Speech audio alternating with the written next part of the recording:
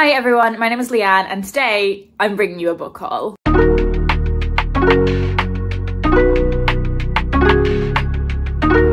So I have 16 books in total to talk to you about today, but I'm going to focus on 8 of those predominantly because 8 of those are books that I have picked up from work, so I tend to just talk about those a bit more quickly at the end and devote most of the time in these haul videos to books that I have just picked up myself, not for any kind of work reasons. I'm really excited to read all of these books and they make quite an aesthetically pleasing stack altogether as well. I'm going to start with the 2 books that I attended events for, and one of those is the only non-fiction book in this haul, and that is Want by Gillian Anderson. So Gillian Anderson you may know as an actor from numerous TV shows. Most recently I know her from Sex Education and The Crown. This is a non-fiction book where she has crowdsourced sexual fantasies from women across the world. So she and her editorial team have worked together to compile these essays where women are just sharing what they fantasize about. I went to an event for this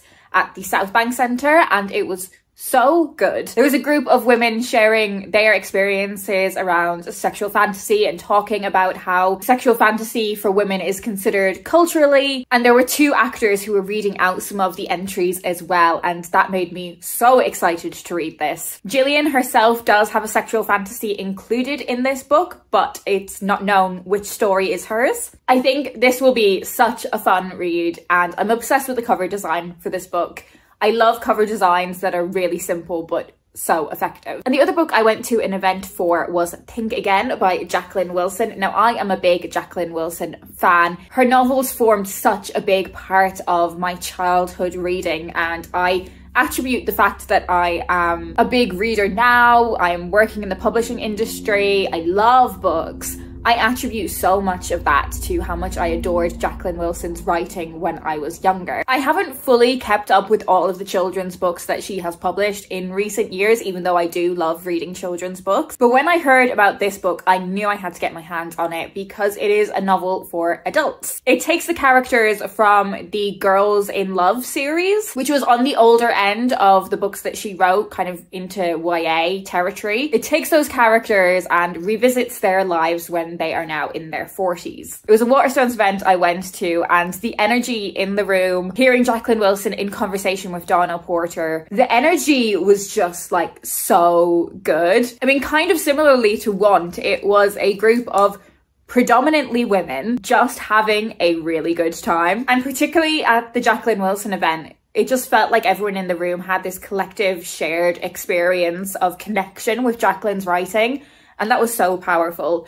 I would like to reread the original series before diving into this one, so I would need to get hold of some copies or maybe borrow them because my memories of them are a little bit patchy, so I would like to do that before I read this book. Next, I have a copy of ReWitched by Lucy Jane Wood. So I have followed Lucy Jane Wood on YouTube and across socials for like a number of years now. She is one of the few creators that I've kind of stuck with over quite a long time. I just really love her content. I find it really cozy and comforting. And that's the feeling that I'm expecting to get from her debut novel, ReWitched. I'm gonna read you the blurb for this because I just think it's so perfect. Belladonna Blackthorn hasn't lost her magical spark, but she hasn't seen it in a while either. Balancing work at her beloved London bookshop, Lunar Books, with handling her toxic boss and concealing her witchcraft from those around her, Belle is burnt out. Perfecting the potential of her magic is the last thing on her mind. But when her 30th birthday brings a summons from her coven and a trial that tests her worthiness as a witch, Belle risks losing her magic forever. With only a month to fix things and a suspicion that dark forces may be working against her, Belle will need all the help she can get. From the women in her life, from an unlikely mentor figure, and even from an infuriating coven watchman who's sworn to protect her. With found family, a dash of romance, and an uplifting message about self-love, ReWitched is a cozy autumnal fantasy that will leave readers spellbound. I am so excited to read this. I think cozy books are obviously perfect for this time of year. And while I do read some scary books in the lead up to Halloween, I much prefer like spoopy, cozy reads. I do also have the Waterstones exclusive edition, which is signed, and absolutely gorgeous. I'm not going to describe this book to you. It's Intermezzo by Sally Rooney. So instead of talking about the plot of this one, because everyone and their mother has picked up a copy of this or is reading this or planning to read this, instead I'm going to talk to you about my feelings going into this book. So the first Sally Rooney book I read was Normal People. Loved it. It's one of my favorite books of all time. No notes. Conversations with Friends, despite that being her debut, it was the second book I'd read from Sally Rooney and I liked it, but it was no Normal People. And then Beautiful World, Where Are You? Did not like. I was like, Sally, hun, if you want to write an essay collection, just write an essay collection. So I've got pretty moderate expectations going into this. Like, I don't feel like I'm gonna love it as much as I loved Normal People. I feel like I was definitely part of that cohort of, I think especially young women that read Normal People at like exactly the right time in their lives. So I'm not necessarily expecting this one to slap as hard as that one did for me. But I have heard some fantastic reviews from people whose opinions I really, really trust. And also people who didn't like the previous novel have said that they liked this one. So let's see how I feel about it. I actually got this copy of Intermezzo after I'd sold a bunch of books that I didn't want anymore. And I was able to get this plus 2 paperbacks. So I got Happy Place by Emily Henry. I am not on board with the Emily Henry move into hardback. I totally understand why it's been done, but like I will always just wait for the paperbacks. So I didn't get this in hardback and I feel like because of that, it's slightly passed me by. But now I finally have the paperback. So this is about Harriet and Wynne, who are considered the absolute perfect couple. They completely go together. And every year they go on holiday with their loved ones to kind of escape their everyday lives. But this year they are lying to everyone involved because they actually broke up 6 months ago and they still haven't told anyone. But the cottage that they all go on holiday to together is up for sale and it is the last time they are going to be able to share this experience together.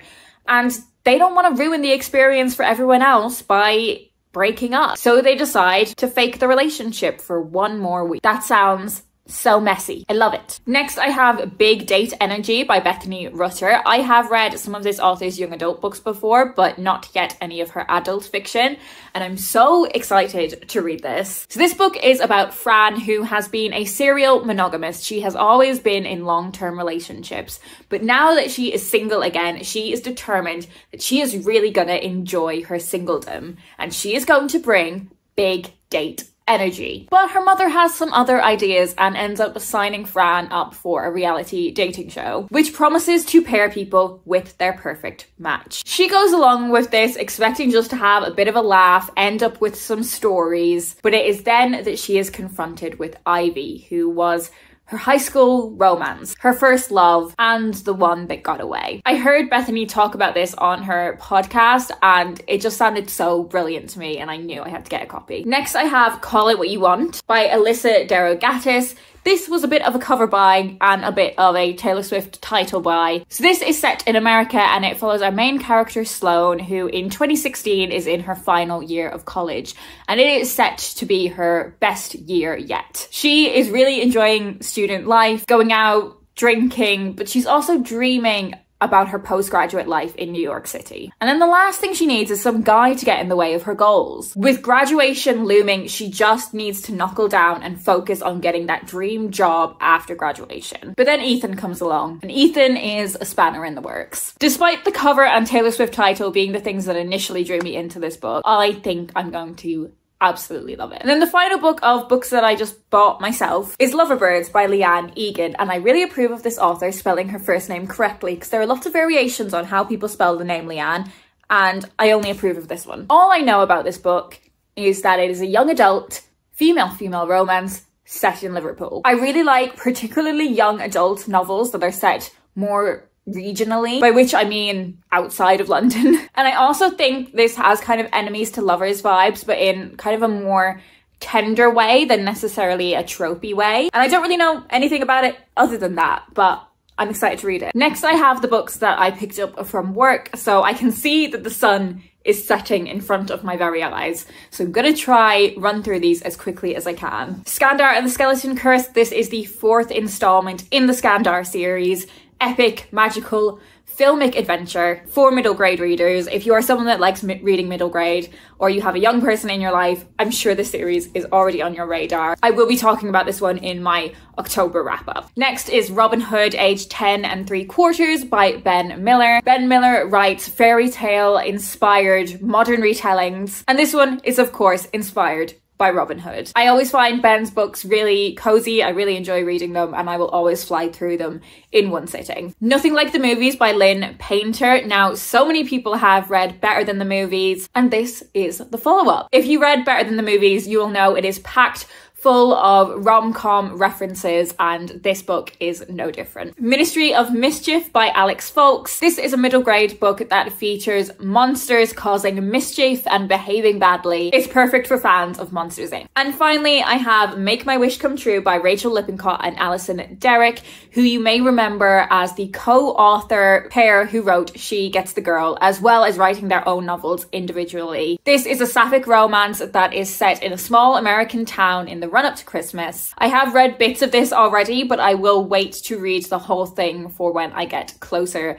to Christmas. Oh, I forgot about 3 proofs that I picked up from work as well. This is Apprentices by Jacob North. I spoke about this one in my most recent reading wrap-up, so I'll leave that linked where I talk about it a bit more, but I loved this book. Then we have Till Death by Busayo Mataluko, which is a debut thriller set at a wedding in Nigeria. And then we have Pieces of Us by Stuart Foster. So Stuart Foster has previously written a lot of middle grade, but this is much older. It is YA with also crossover adult appeal.